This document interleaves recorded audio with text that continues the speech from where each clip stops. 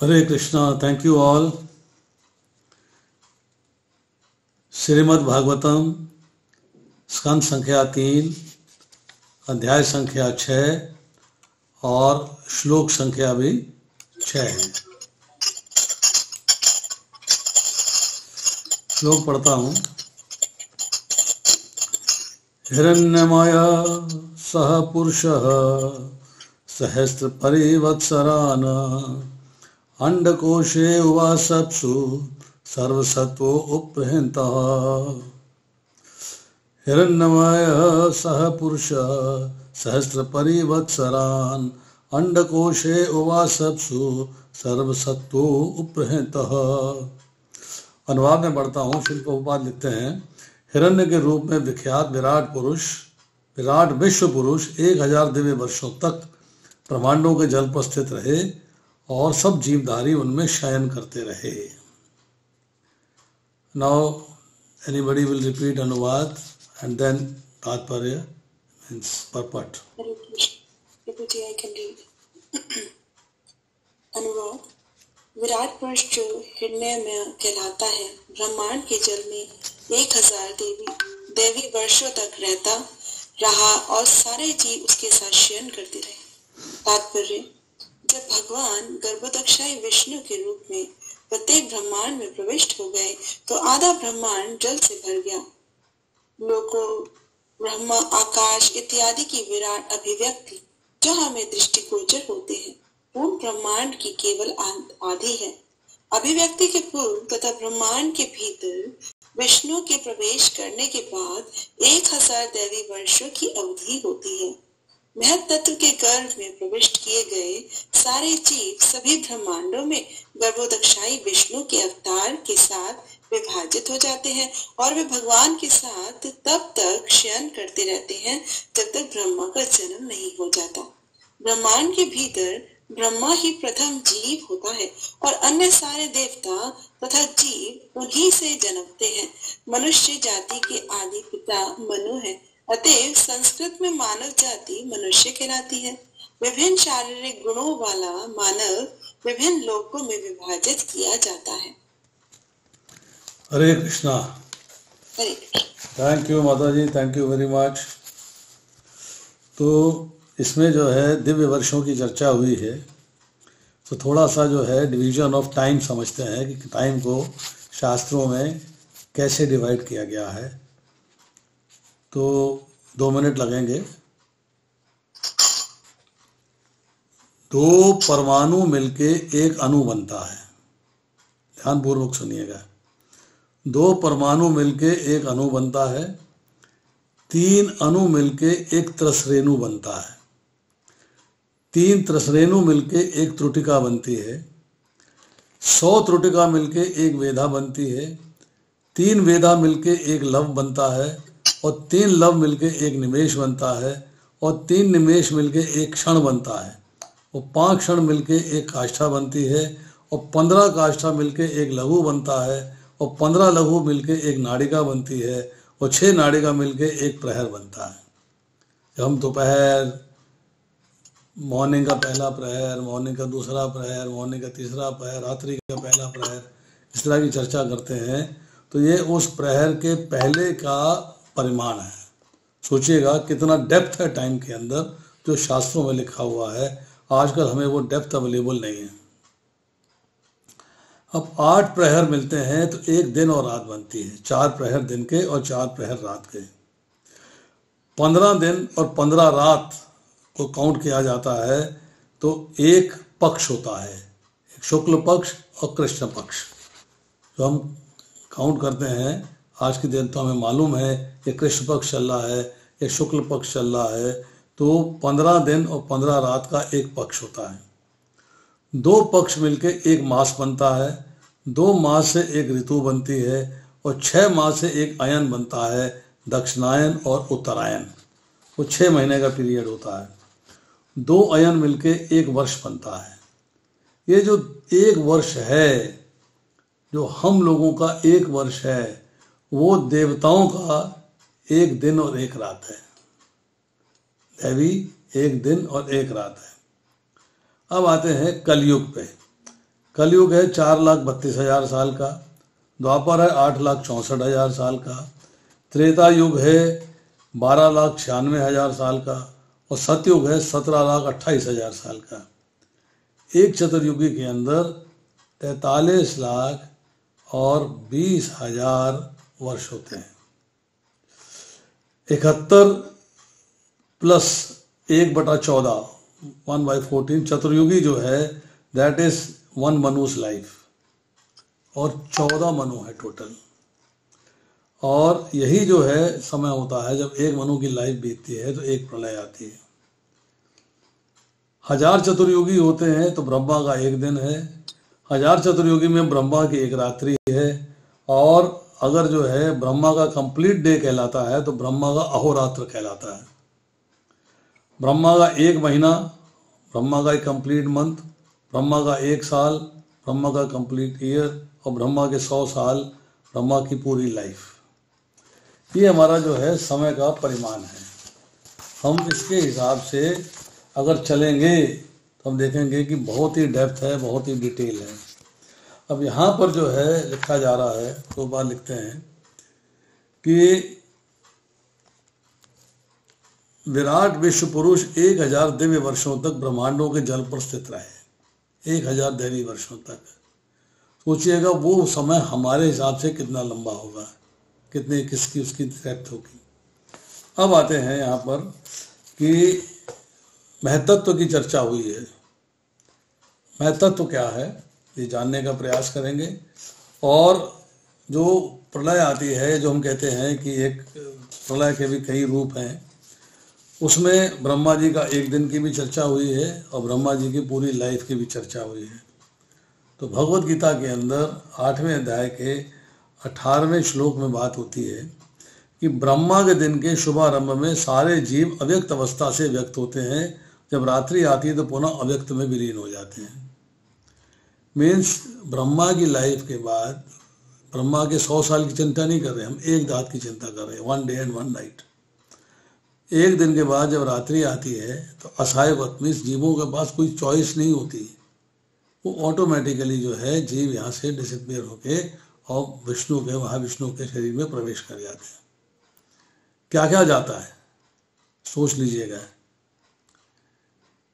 आत्मा गई, मन बुद्धि अहंकार गए, सूक्ष्म इंद्रियां गई और कर्म के फल गए। ये सारी की सारी चीजें जो है विष्णु जी में प्रवेश कर जाती हैं। अब जब ब्रह्मा जी का दिन होता है, जिसे सर्ग कहते हैं हम, तो उस सर्ग के अंदर, ब्रह्मा जी के दिन के अंदर तो सब चीजें जो है भगवान विष्णु से बाहर प्रकट होती हैं। ब्रह्मा जी का अब कार्य है जीवों के शरीरों की रचना करना, और भगवान विष्णु का कार्य है कि शरीरों के साथ प्रकृति का संबंध करा देना, जीवों के साथ प्रकृति का संबंध करा देना। ये कार्य जो है ये करते हैं विष्णु जी। क्या कहते हैं कि हे भरत पुत्र, ब्रह्म नामक समग्र भौतिक वस्तु जन्म का स्रोत है और मैं इसी ब्रह्म को गर्भस्थ करता हूँ, जब जिससे समस्त जीवों का जन्म संभव होता है, और मैं उनका बीज प्रदाता पिता हूँ। मतलब भगवान दृष्टि बात करते हैं तो उसके बाद जीव के साथ, मतलब आत्मा के साथ भौतिक संसार के जो अवयव हैं उनका कनेक्शन हो जाता है, और फिर ब्रह्मा जी जो है उसके बाद शरीरों की रचना करते हैं कर्म फलों के अनुसार, जो कि 7 आए हैं, वो समाप्त नहीं हुए हैं, वो 7 आए हैं। अब इसके बाद जो है फिर चर्चा आती है, बात करते हैं हम लोग महतत्व के। महतत्व का चर्चा थोड़ी सी लंबी भी है और थोड़ी सी मुश्किल भी है, ध्यानपूर्वक सुनिएगा। Total energy of material creation is called mahattattva. The mahattattva is the total cause of total cosmic manifestation and total substance of material cause. ये जो भौतिक प्रकृति जिसको हम देख रहे हैं, ये सारी जो है महतत्व के साथ अटैच्ड है। कैसे है सुनिएगा। एक है अव्यक्त मूल प्रकृति, भगवान की एक्सटर्नल एनर्जी। मूल प्रकृति जो है उसको कहा जाता है प्रधान। प्रधान भी कहलाती है, मूल प्रकृति भी कहलाती है। उस मूल प्रकृति जो है सोर्स है महतत्व का। महतत्व जो है उससे प्रकट होता है। अब इस महतत्व के अंदर जो है प्रकट होता है अहंकार। उस अहंकार से प्रकट होते हैं पंच महाभूत, इंद्रियों एवं मन। 10 इंद्रियां और मन उससे प्रकट होते हैं। फिर उसके बाद 5 विषय प्रकट होते हैं, उनकी इसको तन्मात्रा कहते हैं। तो प्रकृति ओरिजिनल और विकृति मतलब उसमें जो चेंज आता है, ये 2 शब्द इस्तेमाल होते हैं। प्रकृति ओरिजिनल है, जब अव्यक्त में चेंज आता है अर्थात विकृति होती है तो महतत्व प्रकट होता है। अब महतत्व आ गया। अब महतत्व जो है उसकी प्रकृति क्या है? अहंकार का कारण, अर्थात अब उसमें विकृति आई है तो अहंकार प्रकट हुआ है। अब अहंकार जो है वो हो गई प्रकृति और ये पंच महाभूत का कारण है तो पंच महाभूत हो गई विकृति। तो इस तरह सिस्टम चलता रहता है। तो अल्टीमेटली जो है एक प्रकृति है, मूल प्रकृति। प्रकृति और विकृति जब दोनों मिलती हैं अर्थात महतत्व, अहंकार और पंच महाभूत, इनका प्राकट्य होता है। और विकृति है 16, 10 इंद्रियां, 5 विषय और 1 मन। तो इस तरह टोटल तत्व जो है 23 बनते हैं। अब इनकी चर्चा क्या है, प्रभुपाद क्या लिखते हैं इसके बारे में डिटेल्स में, उसके बारे में चर्चा करते हैं। Mahattattva and 3 modes of material nature, पहले इसको समझने की कोशिश करते हैं। The mahattattva consist of 3 modes of material nature. This total material substance is mahattattva is described as Brahman in Vedic literature. तस्माद एतत् ब्रह्म नाम रूपम अन्नम च जायते। ये मुंडक उपनिषद 1.1.19 से है। अब आती है कि 3 गुण क्या है। 3 गुण तो मटेरियल, प्रभुपाद लिखते हैं material existence means 3 gunas. When the महतत्व is agitated, महतत्व में विक्षेप होता है, एजिटेशन होता है, हलचल होती है, और वह किससे होती है? 3 गुणों से। That is, there is an interaction of 3 gunas, and then this one महतत्व becomes divided into 24 elements. महतत्व के अंदर जो 3 गुण हैं उनमें जब विक्षेप होता है, हलचल होती है, डिस्टर्बेंस होती है, तो 24 एलिमेंट तैयार होते हैं। चतुर्विंशति तत्वा, ओरिजिनली 1, पर गुणों के एजिटेशन से 24 में डिवाइड हो जाता है। 24 गुना जिसकी हमने पीछे चर्चा करी है। उसके बाद चूंकि इससे 24 एलिमेंट्स निकले हैं, कौन कौन से हैं? 11 सेंसेस, 10 ज्ञान की इंद्रियां, 10 कर्म की इंद्रियां और 11वां है मन। 5 सेंस ऑब्जेक्ट्स, कान का विषय शब्द, आँख का विषय रूप, नाक का विषय गंध, जिह्वा का विषय रस और त्वचा का विषय स्पर्श। 5 मटेरियल एलिमेंट्स, पृथ्वी, जल, अग्नि, वायु, आकाश। उसके बाद है कॉन्शियसनेस अर्थात चेतना, फिर उसके बाद बुद्धि अर्थात इंटेलिजेंस, एंड अहंकार मीन्स फॉल्स ईगो। ये सब प्रकट हो रहे हैं। तो द प्रिंसिपल मैटर क्या हुआ? महतत्व is the consciousness of the omnipresent Lord as asserted by the experts. ये भगवान के वजह से हो रहा है, उन्हीं के करने से हो रहा है। अब दूसरा सवाल ये है कि what is the location of mahattattva, है कहाँ ये? महतत्व की लोकेशन कहाँ है? तो भागवत गीता के 8वें अध्याय के 20वें श्लोक से चर्चा आती है, तस्मात् तु भव अनेहा। Mahattattva is a lump of matter, प्रकृति का एक लंप है, एक अंश है। अबव द यूनिवर्स मतलब जो विरजा नदी है उसके पार है। अबव द स्काई अब कहते हैं above the sky there are 7 layers, 7 layers हैं।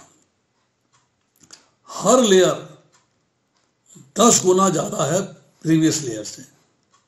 Means each layer is 10 times more than the other layer। Total material elements सब वहीं पे स्टॉक्ड हैं, जमा हैं, एकत्रित हैं।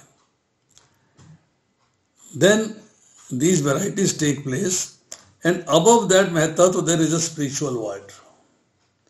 वैकुंठ है, साकेत है, नरसिंह लोक है, गोलोक वृंदावन है, महतत्व के ऊपर है। अब कहते हैं another material nature that is called ब्रह्म लोका और वैकुंठ लोका। then there are these are spiritual planets, ये महतत्व से ऊपर है सारे। अब प्रभुपाद लिखते हैं श्रीमद् भागवतम 5.5.35 में जो लेक्चर दिया है वृंदावन में 22 नवंबर 76 को, उसमें लिखते हैं mahattattva is resting within the dust of the lotus feet of mahat padma, अर्थात भगवान के लोटस फीट की धूली में है, धूली में, डस्ट में है। अब आगे लिखते हैं the material world is within the mahattattva. Mahattattva is full of water that is called causal ocean, जिसकी चर्चा हो रही है। एक आनंद सागर है, कॉजल ओशन है, अर्थात जो कह रहे हैं कि जो जल का प्राकट्य होता है, आधा विश्व जल से भर गया है, उसके बारे में चर्चा हो रही है। अब beyond this with causal ocean there is a spiritual world. Viraja नदी कॉजल ओशन एक ही चीज है, उसके पार जो है स्पिरिचुअल वर्ड है।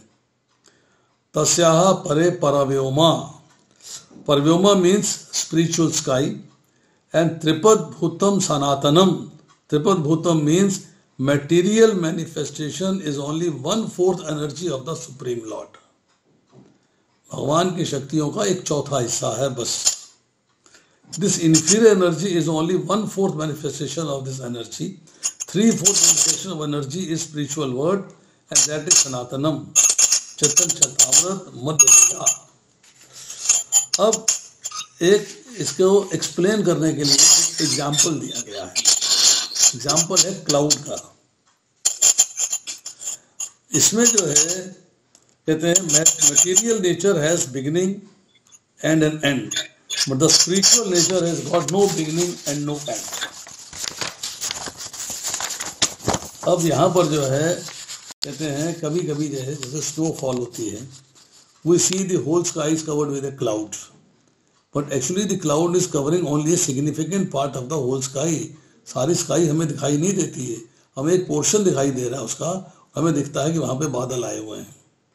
But because we are very minute, however when a cloud covers few hundred miles of the sky, to us sky looks completely covered। हमें थोड़ा हिस्सा स्काई का दिखाई दे रहा है, हमें लगता है कि सारा का सारा कवर किया हुआ है। इसी तरह प्रभुपाद लिखते हैं similarly this entire material manifestation which is called as Mahatattva is like a cloud covering an insignificant portion of the spiritual sky। Viraja नदी के पार थोड़ा सा पोर्शन कवर किया हुआ है। And just as when the cloud clears we can see the bright sunlit sky, so when we get clear of this covering of matter we can see the original spiritual sky। अब परव्योम के अंदर जो है भगवान के अंगों की कांति भी है।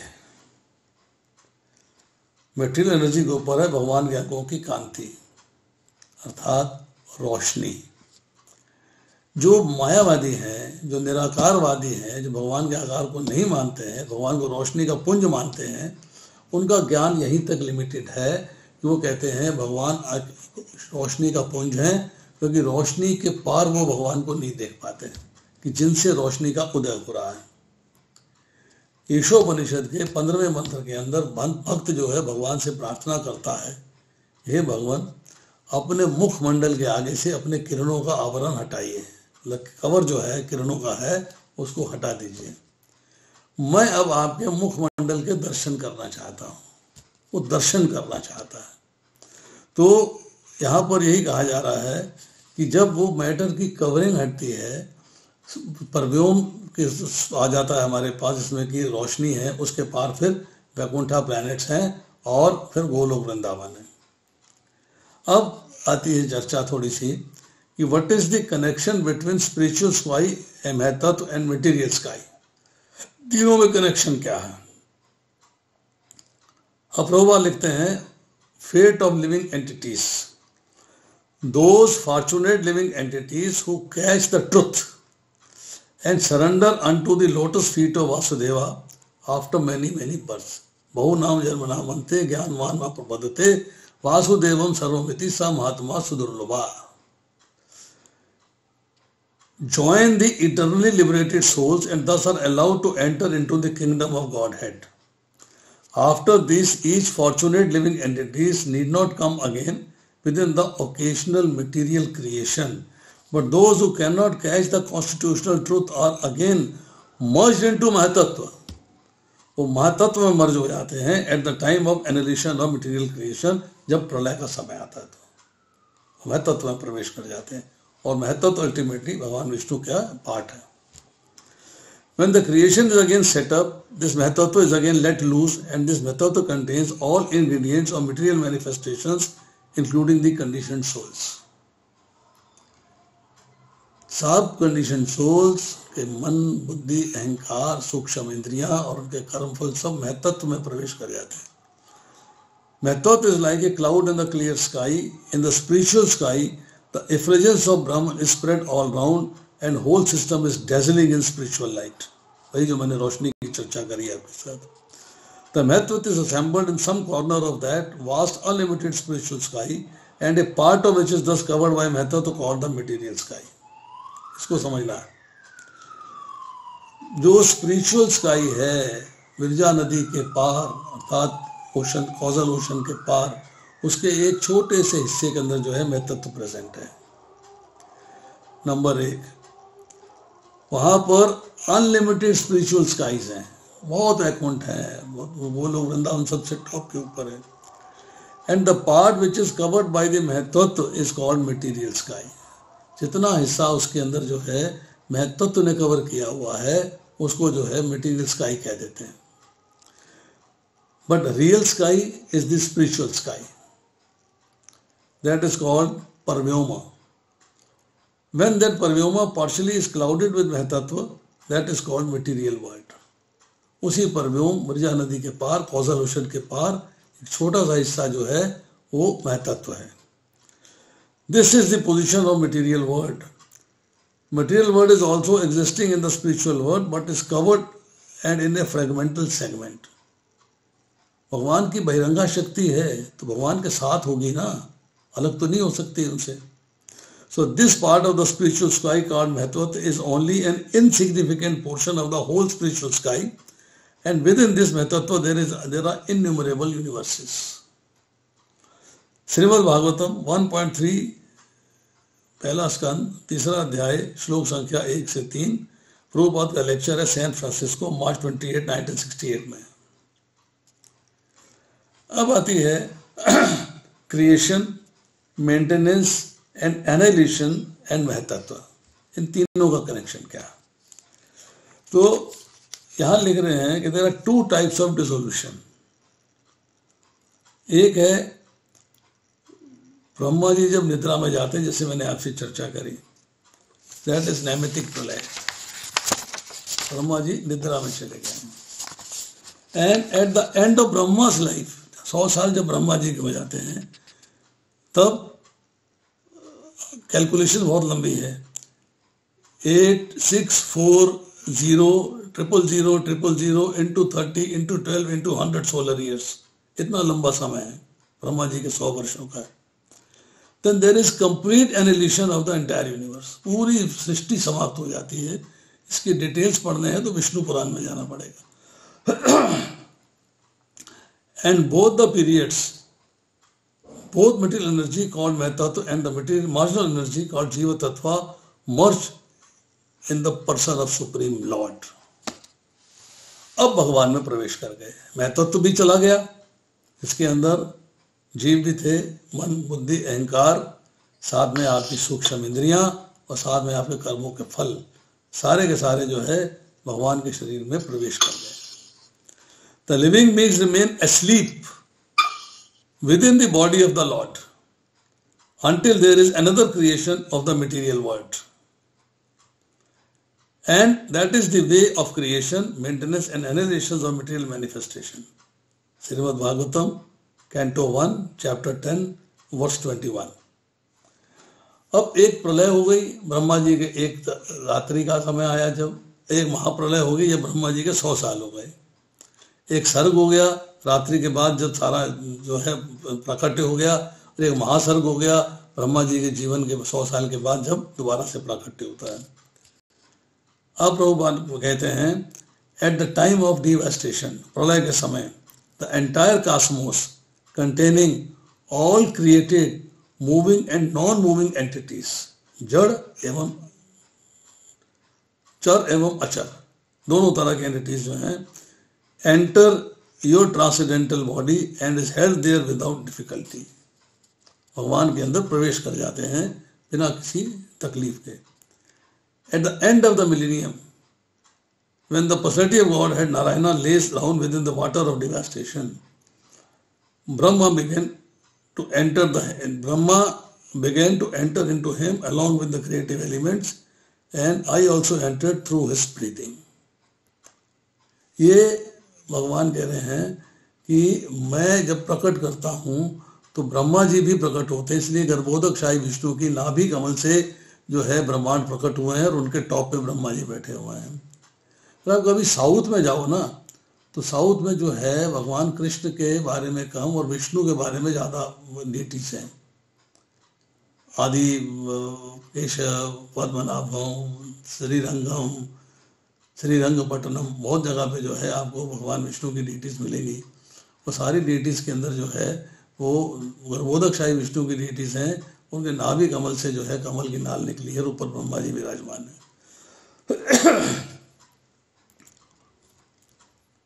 अब आ रही है बात माया और प्रधान के बारे में।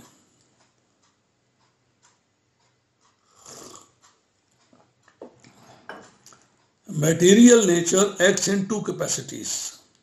One is called Maya, second is called Pradhan. Maya is the direct cause and Pradhana refers to elements of the material manifestations. Pradhan मूल हो गया, Maya उसका प्राकट्य हो गया। The supreme reality impregnates the total substance and thus innumerable universes become possible. भगवान के रोम छिद्रों से, भगवान के श्वास से असंख्य ब्रह्मांड प्रकट होते हैं जो कॉजल ओशन में तैर रहे हैं। अब रोल ऑफ महाविष्णु क्या है? When the first Purusha Avatara, Mahavishnu glances over the material nature becomes agitated and Purusha Avatara thus impregnates matter with living entities। जो मैंने आपसे चर्चा करी कि भगवान दृष्टिपात करते हैं और हलचल होती है और जीवों का कनेक्शन मटेरियल वर्ल्ड के साथ हो जाता है। एग्जाम्पल दिया, एक किसान खेत में बीज डालता है, बीज का कनेक्शन जो है वो धरती से करा देता है, अब बीज प्रस्फुटित होते हैं और उनसे फसल निकलती है। इस तरह भगवान जो है किसान की भांति कार्य करते हैं, वो जीवों का कनेक्शन भौतिक प्रकृति के साथ करा देते हैं। Simply by the glance of Mahavishnu consciousness is created and this consciousness is known as mahattattva. The predominating deity of mahattattva is Vasudeva. जो महतत्व की प्रीडोमिनेंट डेटीज हैं वो भगवान वासुदेव हैं। अब दिस क्रिएटेड कॉन्शियसनेस, जो चेतना वहां पे डेवलप हुई है महतत्व के अंदर, is divided into three departmental activities according to three gunas or the modes of material nature. Consciousness in the mode of goodness, consciousness in the mode of material passion and consciousness in the mode of ignorance. तीन हो गए। Mode of goodness की जो presiding DT हैं अनिरुद्ध हैं। Mode of material passion का जो deities हैं वो है प्रद्युमन, और मटेरियल इग्नोरेंस तमोगुण उसकी डीटीज हैं कौन? Mode of in causes, mode of consciousness in the mode of ignorance causes the production of ether, sky and sense of hearing. अब आप देखिएगा कि इसके बाद चर्चा आती है द इनन्यूमरेबल यूनिवर्सेस, मैंने चर्चा करी, रोम छिद्रों से प्रकट होते हैं, produce from the pores of the Vishnu's body as innumerable particles of dust pass through tiny holes in the screen. जैसे कि हमें जो है थोड़े बहुत छोटे छोटे छोटे छेद दिखाई देते हैं, ऐसे जो है ऐसे ब्रह्मांड जो है वो एक कार्नर सागर में, कॉजल ओशन में, वर्जा नदी में तैर रहे हैं। वो कहाँ से प्रकट हुए हैं? महाविष्णु के रोम छिद्रों से, उनके निश्वास से, उनके सांस से। तो ब्रह्म संहिता में मेंशन आता है 5वें अध्याय के 48वें श्लोक में कि हर यूनिवर्स की एक प्रीडोमिनेंट डीटी है, और वो जो प्रीडोमिनेंट डीटी है उस वक्त, that predominant deity of each universe Brahma lives only during one breath of Mahavishnu. Technically हम देखते हैं कि एक ब्रह्मांड के अंदर जो है ब्रह्मांड, मतलब ब्रह्मा का नाम आता है, ब्रह्मांड के अंदर जो उसके स्वामी जो है ब्रह्मा जी को मानते हैं। ओरिजिनल स्वामी कौन है? विष्णु, पर ब्रह्मा जी को स्वीकार करते हैं हम। और उनका लाइफ कितनी है? भगवान विष्णु के एक सांस के बराबर। Thus Mahavishnu is the original super soul of all universes and master of all universes as well. अब कहती है गर्भोदकशाही विष्णु का कार्य क्या है, उसके बाद शिरोदकशाही विष्णु का कार्य क्या है। तो गर्भोदकशाही विष्णु जो है वो सेकंड इनकारनेशन है, enters each and every universe, spreads water from his body and lies down in that water, जिसकी आज चर्चा हो रही है। From his navel, उनकी नाभि से stem of lotus flower grows, and on that lotus flower the first creature Brahma is born. सब टॉप के ऊपर ब्रह्मलोक है, वहाँ ब्रह्मा जी हैं। Within the stem of the lotus flower are 14 divisions of planetary systems which are created by Brahma. 14 उसके अंदर जो है तल हैं, 14 जो है प्लेनेटरी सिस्टम जो है उसके अंदर अवेलेबल है। Within each universe of the Lord is present as गर्भोदकशाही Vishnu. अब प्रत्येक ब्रह्मांड में महाविष्णु से प्रकट होता है गर्भोदकशाही विष्णु का, और वो हर एक ब्रह्मांड के अंदर उपस्थित है। हर ब्रह्मांड में, हर ब्रह्मांड को मेंटेन करते हैं। And although he is with in each material universe, but material universe से लिप्त नहीं होते, और मटेरियल शक्ति जो है, मटेरियल एनर्जी जो है, उनको टच नहीं करती। अचिंत्य भेदा भेद है भी, और इफेक्ट भी नहीं होता उन पे। When it is required, the very same Vishnu takes form of Lord Shiva, annihilates the cosmic creation. प्रलय लाते हैं शिव जी के रूप में अपने को प्रकट करके। Then 3 secondary incarnations, Brahma, Vishnu and Shiva, are the predominant deities of 3 modes of material nature. Brahma ji, Vishnu और शिव। शिव जी जो है तमोगुण के इंचार्ज हैं, विष्णु सतोगुण के इंचार्ज हैं, और ब्रह्मा जी जो है रजोगुण के इंचार्ज हैं। The master of the universe, however, is गर्भोदकशाही Vishnu, who is worshipped as हिरण्यगर्भा। जो हिरण्यमय की चर्चा हो रही है, इस गर्भोदकशाही विष्णु, ये प्रभुपाद जी लिख रहे हैं यहाँ पे। Vedic hymns describe him as having thousands of heads, although he is within the material nature, he is not touched by it। क्योंकि जो शेष नाग है वो जो है उसके ऊपर सारे ब्रह्मांड जो है, सारे ब्रह्मांड विराजित है। अब आता है कि role of Kshirodakashayi Vishnu. Third incarnation है Kshirodakashayi Vishnu. He is also incarnation of mode of goodness, सतोगुण के स्वामी हैं। He is also super soul of all living entities and he resides on the ocean of milk within the universe. जो क्षीर सागर, क्षीर means खीर कहते हैं, दूध कहते हैं, दूध के समुद्र के ऊपर जो है वो लाई करते हैं। एंड इसका वर्णन मिलता है टीचिंग ऑफ लॉर्ड चैतन्य में, अवतारों की जब चर्चा हुई है। Now question comes that how the material elements develop from mahattattva, उनका डेवलपमेंट कैसे होता है, वो मैंने आपसे पहले चर्चा कर दी है, उसी को शॉर्ट में फिर से रिवाइज करते हैं। श्रीधर स्वामी लिखते हैं A fractional portion of महत्व is called false ego, अहंकार। A portion of ego is the vibration of sound and portion of sound is atmospheric air। अब उससे प्रकट होना शुरू हो गया आकाश, आकाश से वायु। Then airy atmosphere is turned into forms and these forms constitute the power of electricity or heat, अग्नि। उससे अग्नि का प्राकट्य होता है। अग्नि से आती है पृथ्वी की सुगंध, अर्थात पृथ्वी का प्राकट्य होता है। और इसके बाद पृथ्वी, जल, अग्नि, वायु, आकाश सब आ गए। अब जो है coverings of the universe begin. First atom, पहला कवर क्या है? It is calculated to extend 80 million miles, and the subsequent coverings of the universe are respectively fire, effulgence, air, ether, and one after another, each extending 10 times further than previous. 10 गुना ज़्यादा है, पहले मैंने आपको बताया, हर चीज़ जो है उनसे 10 गुना ज़्यादा है। The fearless devotee of the Lord penetrates each one of them and ultimately reaches the absolute atmosphere where everything is of one and the same spiritual identity. सब कवरिंग्स को पार करते हुए भक्त जो है वो भगवान के धाम में प्रवेश करता है। Then the devotee enters into Vaikuntha planets where he assumes exactly the same form as Lord and engages in the loving transcendental service of the Lord. This is the highest perfection of devotional life. Now, अब प्रभुपाद बताते हैं भागवतम के पहले स्कंद के 10वें अध्याय के 21वें श्लोक में क्या बता रहे हैं। अर्जुन से चर्चा हो रही है कि सारी की सारी मटेरियल नेचर, मटेरियल मैनिफेस्टेशन मेरे में प्रवेश कर जाती है। यही बात कही ब्रह्मा जी की रात्रि में, और ब्रह्मा जी के 100 साल होने पे ब्रह्मा जी की रात्रि में कुछ चीज़ें गायब हो जाती हैं, ब्रह्मा जी के 100 साल होने पे कुछ और चीज़ें गायब हो जाती हैं।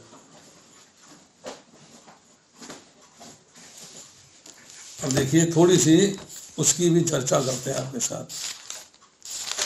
Let me just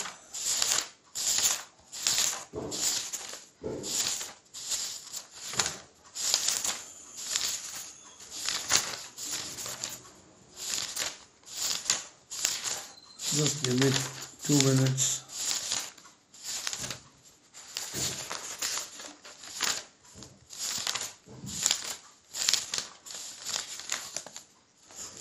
देखिए,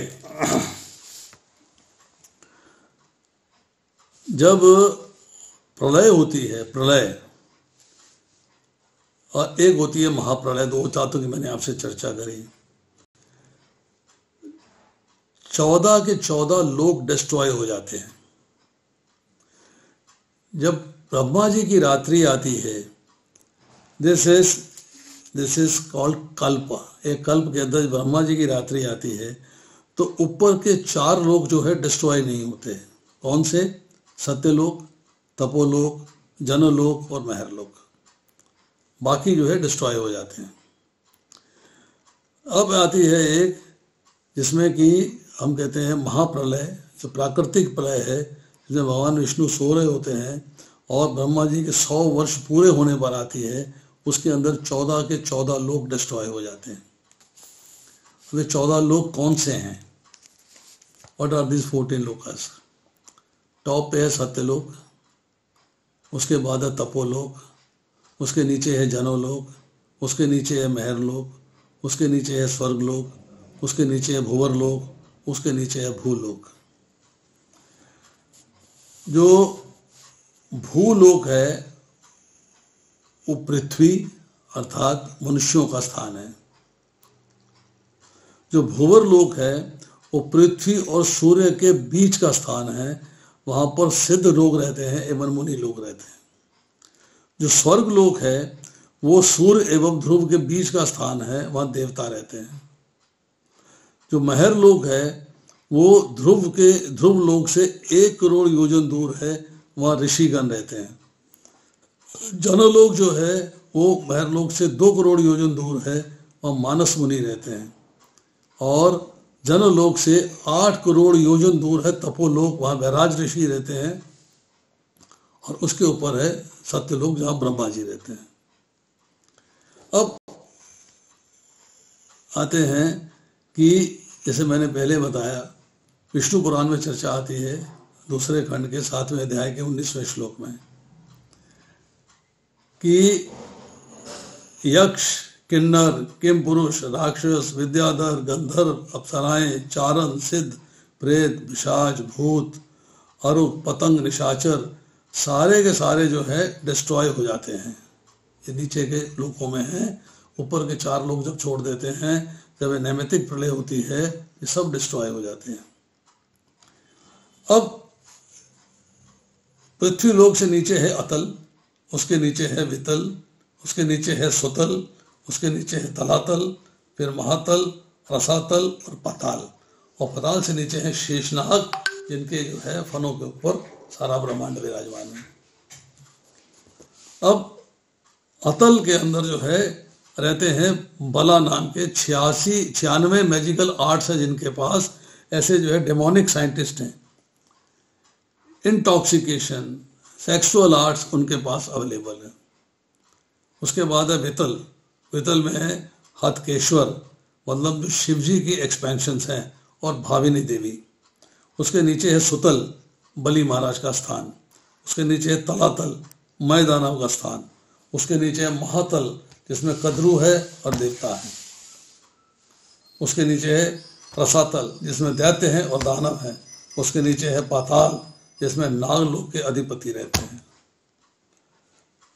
इतनी डिटेल्ड व्याख्या है ये कि इसको जो है समझना आसान कार्य नहीं। अब जहाँ प्रलय की बात आई, प्रलय की बात हमने करी, एक प्रलय है, एक महाप्रलय है। महाप्रलय के अंदर 14 के 14 लोग डिस्ट्रॉय हो जाते हैं, और प्राकृतिक प्रलय आती है, भगवान विष्णु सो रहे हैं और ब्रह्मा जी के 100 वर्ष पूरा होने पे होती है। एक नैमित्तिक प्रलय है, इसको कल्प कहते हैं, ब्रह्मा जी की रात्रि में होती है, ब्रह्मा जी की एक रात्रि के बराबर है, जिसमें ऊपर के 4 लोग डिस्ट्रॉय नहीं होते। उसके बाद है अत्यांतिक प्रलय। अत्यांतिक प्रलय के अंदर है, इसको बोलते हैं इंडिविजुअल प्रलय, अर्थात मोक्ष, अर्थात व्यक्ति को मोक्ष की प्राप्ति होती है, तो वो अत्यांतिक प्रलय कहलाती है, उसके लिए प्रलय है वो। और दूसरा है नित्य प्रलय। प्रलय की 4 वैरायटी बताई प्रभुपाद ने। चौथा है नित्य प्रलय। नित्य प्रलय है डीप स्लीप, और या डीप स्लीप का एक्सटेंशन डेथ, वो नित्य प्रलय है। उसमें क्या होता है कि जो मटेरियल सेंसेस हैं, जो आपकी इंद्रियां हैं, वो आपकी माइंड में प्रकट हो जाती है, माइंड में मर्ज कर जाती हैं, उसमें मिल जाती है जाके, और माइंड जो है वो आपकी सोल में मर्ज कर जाता है।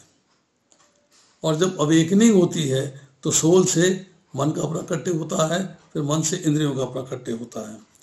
तो प्रलयिंग प्रोसेस के अंदर क्या होता है कि पृथ्वी जो है पानी में मर्ज कर जाती है, पानी अग्नि में मर्ज कर जाता है, अग्नि वायु में मर्ज कर जाती है, और वायु आकाश में मर्ज कर जाता है, और फिर अल्टीमेटली सब कुछ गंगा नदी पार करके ब्रह्मांड में चला जाता है, मैं तत्व में चला जाता है। तो ये जो चर्चा है, इसको थोड़ा सा कठिन है, समझने की बात है, परंतु इसको अगर पढ़ेंगे, if you want I can post the notes, आप इसको पढ़ेंगे तो आपको थोड़ा सा और बात की क्लैरिटी आती जाएगी और समझ में आती जाएगी। दिस जो है मतलब बेसिकली शुष्क है, ड्राई नॉलेज है ये, ठीक है नहीं। The merging of all of living beings into the body of Mahavishnu takes place automatically at the end of Brahma's 100 years. These jivas, because of their karmas in the cycle of birth and death, from time immemorial, ये चले जाते हैं उसके अंदर और फिर प्रकट हो जाते हैं। Now, as far as living entities are concerned, they are impregnated into the material nature, and as a result of their past deeds, they take different positions. Thus, the activities of this material world begins. The activities of the different species of living beings are begun from the very moment of creation. Bhagavad Gita, chapter 9, text 8, purport में लिखा है। When a man sleeps at night, he forgets himself and what he is, what his duty is, and what everything of waking state. But as soon as he awakens from the slumber, he remembers all that he has to do, thus engages himself again in the prescribed activities. एक इसमें इसी को समझने के लिए छोटी सी बात है कि जब व्यक्ति सोता है तो उसे कोई कष्ट याद नहीं रहता। डीप स्लीप में जाके वो सब कुछ भूल जाता है। दुख का आरंभ कब होता है, कष्ट का आरंभ कब होता है? जब जीव का भौतिक संसार का कनेक्शन उसके साथ हो जाता है। अर्थात जब वो जागता है, जब वो जाग जाता है, ओहो आज तो मोटर नहीं चल रही है, पानी कैसे आएगा, नहाएंगे कैसे, और गीज़र का प्लग फूक गया है, उसमें बिजली नहीं आ रही है, गर्म कैसे होगा पानी, अरे गाड़ी का टायर पंक्चर है, ऑफिस कैसे जाएंगे, कहाँ सवेरे सवेरे मैकेनिक कहाँ मिलेगा, अरे आज तो घर में जो है गैस खत्म हो गई है, गैस का इंतजाम करना है। मीन्स भौतिक संसार से जैसे ही कनेक्शन हुआ वैसे ही कष्ट हुए। तो भौतिक संसार से कनेक्शन खत्म हुआ तो कष्ट दूर हो गए। तो भगवान भगवद गीता में यही कहते हैं वैराग्य, अर्थात जो चीज़ें भगवान कृष्ण के साथ आप जोड़ देते हो तो भौतिक संसार से दूर हो जाओ, उसमें रहते हुए भी उसमें लिप्त मत हो, तो आपको दुख नहीं होगा, आपको तकलीफ नहीं होगी। दुख की प्राप्ति कब होती है? जब हम सुख की कामना करते हैं और सुख मिलता नहीं। अगर हम सुख की कामना ही ना करें तो दुख होगा नहीं, सिंपल सी बात है। तो ये बात हुई सारी महत्व के बारे में। अब आते हैं हम लास्ट में कि मनु मानव जाति के अधिपिता है, इसलिए मानव जाति संस्कृत में मनुष्य कही जाती है। 14 मनुओं की हमने चर्चा करी, जरा 14 मनुष। अब अगर हम जो है इसको थोड़ा सा मनु के नाम जानना चाहते हैं तो हम जो है 14 मनुओं के नाम भी आपको बता सकते हैं। थोड़ा सा समय दीजिए, क्योंकि मेरे नोट्स में ये सब चीज़ें अवेलेबल हैं। ओनली थिंग इज कि सर्च करना पड़ता है कि मनु के नाम क्या हैं। देर आर 14 मनुस। शंभु, स्वरोचिष, उत्तम, तामस, रैवत, चाक्षुष, वैवस्त, सावर्णी, दक्ष सावर्णी, ब्रह्म सावर्णी, धर्म सावर्णी, रुद्रा सावर्णी, देव सावर्णी और इंद्र सावर्णी, ये 14 मनु हैं। अभी व्यवस्थ मनु का काल चल रहा है। तो ब्रह्मा जी के जो 1000 साल हैं उनको जब 14 मनुओं से मनुओं में डिवाइड करेंगे तो 5,04,000 साल हर एक हिस्से में आते हैं, और दिस इज 1000 को 14 से डिवाइड करेंगे तो 71 एल 1/14 इतना पीरियड आता है। तो हम लोग जो है इस बात को समझ लें कि इतना सारा विशद ज्ञान की आवश्यकता क्या है। What is the role of this knowledge है। हम लोग क्लास करते हैं, टीचिंग करते हैं, पढ़ाते हैं, लोग सुनते हैं, उसका कारण है कि जैसे जैसे आप सुनते जाते हो भगवान की महिमा आपके मन में अंकित होती जाती है, आपको समझ में आती जाती है, तो आपके हृदय के अंदर जो भौतिक संसार के कलमश हैं वो खत्म होते जाते हैं और भगवान का प्रेम भरता चला जाता है और हृदय का शुद्धिकरण होता है। जब हृदय का शुद्धिकरण होता है then it is easy for you to follow Krishna consciousness, क्योंकि अब हृदय शुद्ध हो गया है। Now you are able to understand the things clearly। आप सही में और गलत में, झूठ में और सच में, करनीय में अकरनीय में, कर्तव्य में अकर्तव्य में, सार में निसार में भेद कर पाते हो। आर्ट ऑफ डिस्क्रिमिनेशन यूज करते हो। या मैंने ये सुना है चीज़ें अनबिलीवेबल लगती हैं, कई बार लगता है चीज़ें अनबिलीवेबल हैं, कैसे हो सकता है, how is this possible. Now there is a pertinent question, एक प्रश्न उठता है। हम लोग, हमें याद है जब नया नया टीवी आया था, किसी ने उम्मीद करी थी कि टीवी आएगा?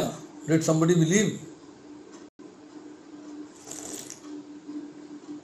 ब्लैक एंड वाइट टीवी होता था, एड्स नहीं होती थी, 2 प्रोग्राम आया करते थे, एक चित्रहार और एक फिल्म। सारा मोहल्ला देखने के लिए टीवी वाले घर में इकट्ठा हो जाता था। समय चेंज हुआ, टीवी के अंदर कलर्स आ गए, टीवी में एड्स आनी शुरू हो गई, ऑडियो विजुअल एड्स आनी शुरू हो गई, छोटी छोटी मूवीज आनी शुरू हो गई, एड्स की मूवीज आनी शुरू हो गई। कभी किसी ने सोचा था? और आगे बढ़े, इंटरनेट का यूज टीवी में होना शुरू हो गया, कंप्यूटर का यूज टीवी में होना शुरू हो गया। जो फिल्म बनती है उसकी एडिटिंग कंप्यूटर के थ्रू होनी शुरू हो गई, कैप्शन आने शुरू हो गए, नीचे लिखा हुआ आ जाता है, पिक्चर चल रही होती है तो आप जो वो बोल रहा है वही चीज़ आपको लिखी दिखाई दे जाती है। चेंजेस आए, किसी ने बिलीव किया था, सोचा था किसी ने? चलिए और आगे बढ़िए। हम यहाँ दिल्ली में बैठे हुए हैं, टीवी की स्क्रीन पे 10 आदमी बैठे हुए हैं, कोई बॉम्बे में है, कोई बेंगलोर में है, कोई दिल्ली में है, कोई पाकिस्तान में है, कोई अमेरिका में है, कोई रशिया में है, कोई स्पेन में है, कोई चाइना में है, अलग अलग लोग बैठे हैं, वहीं से बात हो रही है, आप उसमें इंटरेक्ट कर रहे हैं।